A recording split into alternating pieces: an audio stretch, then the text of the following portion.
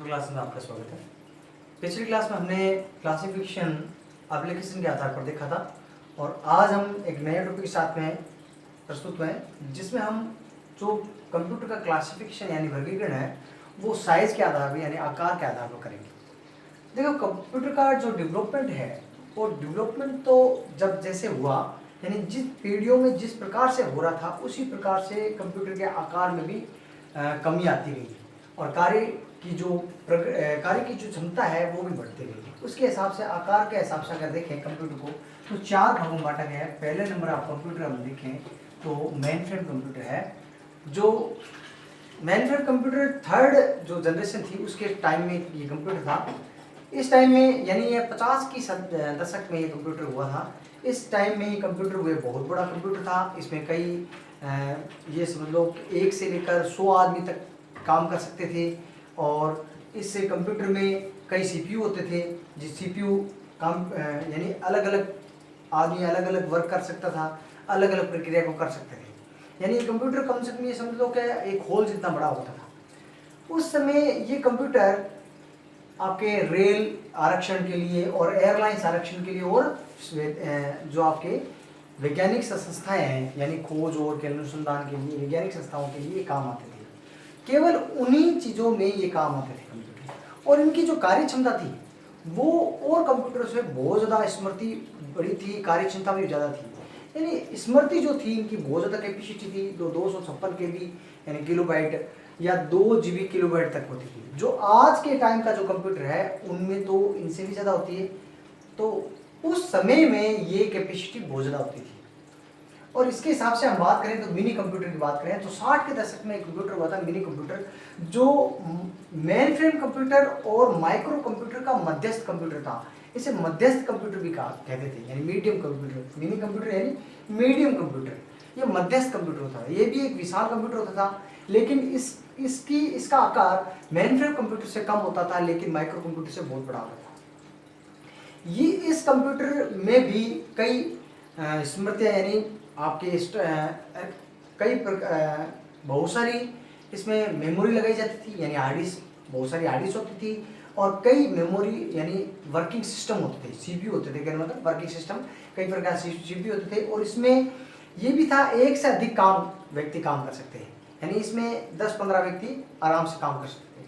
और ये multi processing तो था ही, साथ में मल्टी प्रोसेसिंग भी था यानी एक साथ में और भी काम कर सकते थे। ये जो कंप्यूटर था, ये कंप्यूटर आज के टाइम में हम देखें जो सर्वर होते हैं, सर्वर जो कंप्यूटर होते हैं वो सर्वर कंप्यूटर आपके ये कंप्यूटर होते हैं जो कहते हैं कि सर्वर जैसे किसी अगर संस्था में काम करते हैं या किसी संस्था जैसे गूगल है या कोई बहुत बड़ी जैसे ई मित्रा है, इसका जैसे मान लो डाटा संचार का काम होता है, डाटा फीडिंग का काम होता है, वहाँ सर्वर लगे होते हैं।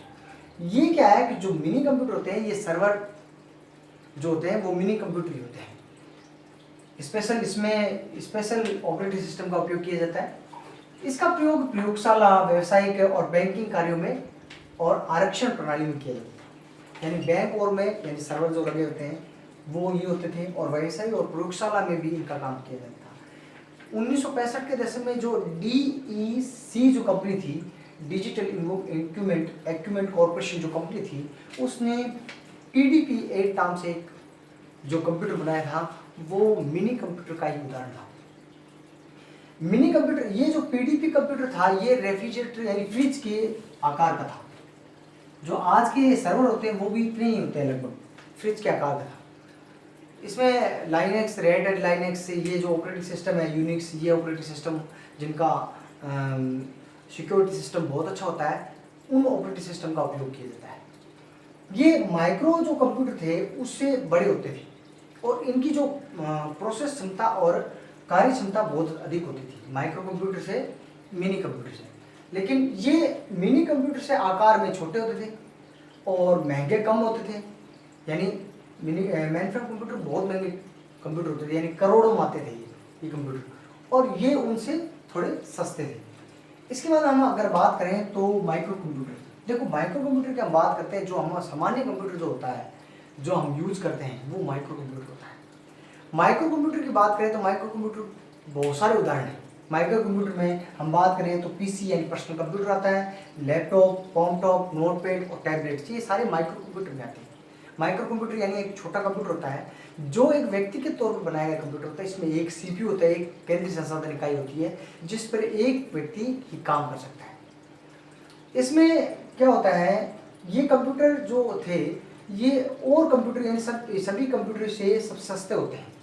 इसलिए सभी कंप्यूटर सस्ते होने के कारण शिक्षा के क्षेत्र में या टेक्नोलॉजी के क्षेत्र में या कह सकते हैं हम जो नॉर्मल पीसी या व्यक्ति के तौर पर यूज करने के लिए या टीचिंग लाइन के लिए ये कंप्यूटर सबसे ज़्यादा उपयोग में किया जाता है, या अलग अलग व्यवसाय में भी इन कंप्यूटर का उपयोग होने लगा है।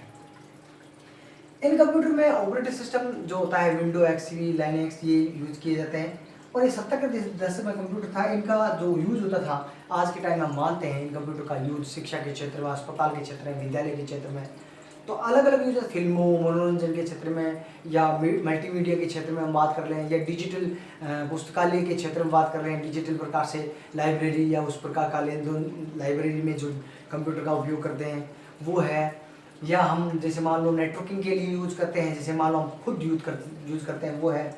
इसके बाद हम बात करें पीसी, लैपटॉप और कॉमटॉप या लैपटॉप की बात करें। पीसी यानी पर्सनल जो कंप्यूटर होता है जो घर पर हम पर्सनल तौर पर यूज करते हैं, जिसे हम एक स्थान से दूसरे स्थान पर ले जा सकते हैं, पीसी कहलाता है पर्सनल कंप्यूटर। लैपटॉप ये क्या, लैप यानी गोद, जिसे हम गोद में रखकर हम काम कर सकते हैं।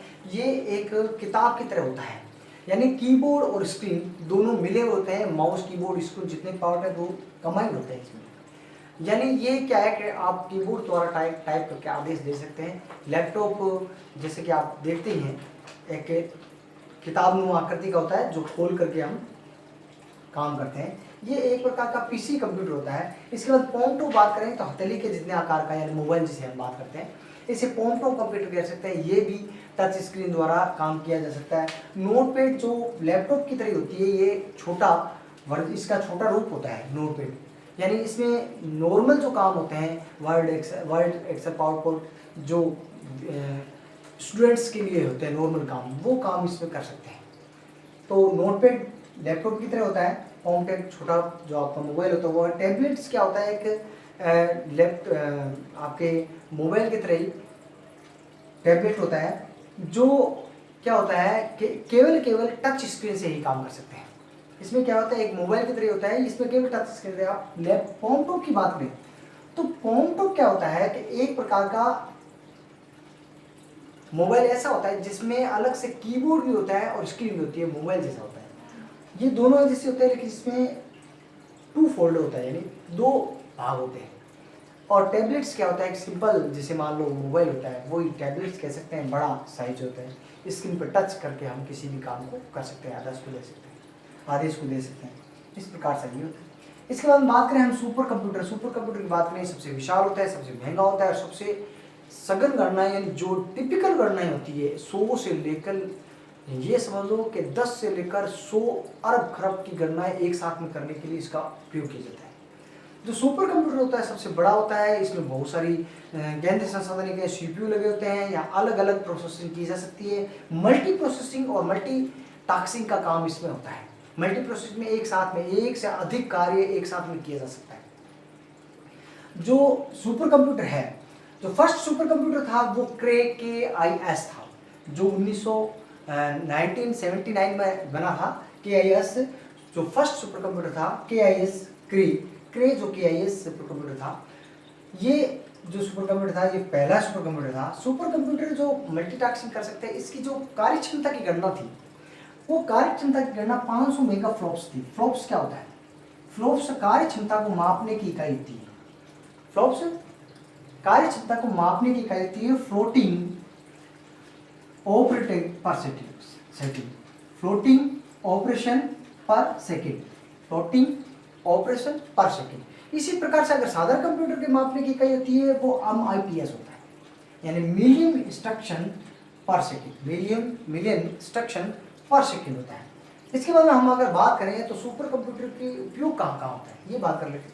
तो जो मौसम विभाग है, वैज्ञानिक अंतरिक्ष शोध में, वैज्ञानिक और अंतरिक्ष शोध अनुसंधान करने में, रिसर्च करने में, और आणविक मॉड्यूलेशन और या रॉकेट लॉन्चर है या अंतरिक्ष यानों में है, या सेल्फ जो सैन्य डिफेंस एजेंसियां हैं जैसे डिफेंस एजेंसी हमारी, जितनी भी हमारे देश की डिफेंस एजेंसी है, उन एजेंसियों में या जासूस एजेंसियों में इन कंप्यूटर का उपयोग होता है।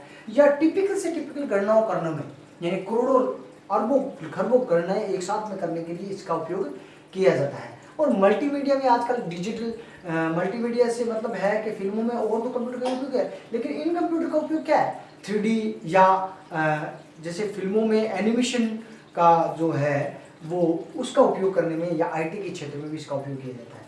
इसके अलावा हम बात करें सुपर कंप्यूटर की, तो सुपर कंप्यूटर का जो उपयोग है, सुपर कंप्यूटर जो है वो एक से अधिक व्यक्ति तो काम करते ही हैं, लेकिन सुपर कंप्यूटर बहुत ही ज़्यादा फर्क करने वाला है। हमारे सबसे ज़्यादा जब हमें सुपर कंप्यूटर देने के लिए मना कर दिया था, तब हमारे वैज्ञानिकों ने, जो कंप्यूटर डेवलपमेंट वैज्ञानिक थे, उन्होंने खुद का सुपर कंप्यूटर बनाया था, परम। उसके बाद में परम 10,000 बनाया था। जो इंडिया का सुपर कंप्यूटर है परम 10,000 बनाया था। और जो सुपर कंप्यूटर के उदाहरण मानते हैं, प्रे है, नेक है, या आपके सुपर कंप्यूटर है, ये उसके उदाहरण हैं। ये 4 विभाजन है। इसके बाद में हम अगर उनकी जो उपयोगिता के बारे में बात करें, तो अलग अलग उपयोगिता मैंने आपको इसमें बढ़ा दिया है माइक्रो कंप्यूटर में, वो उपयोगिता कंप्यूटर की उपयोगिता है। धन्यवाद।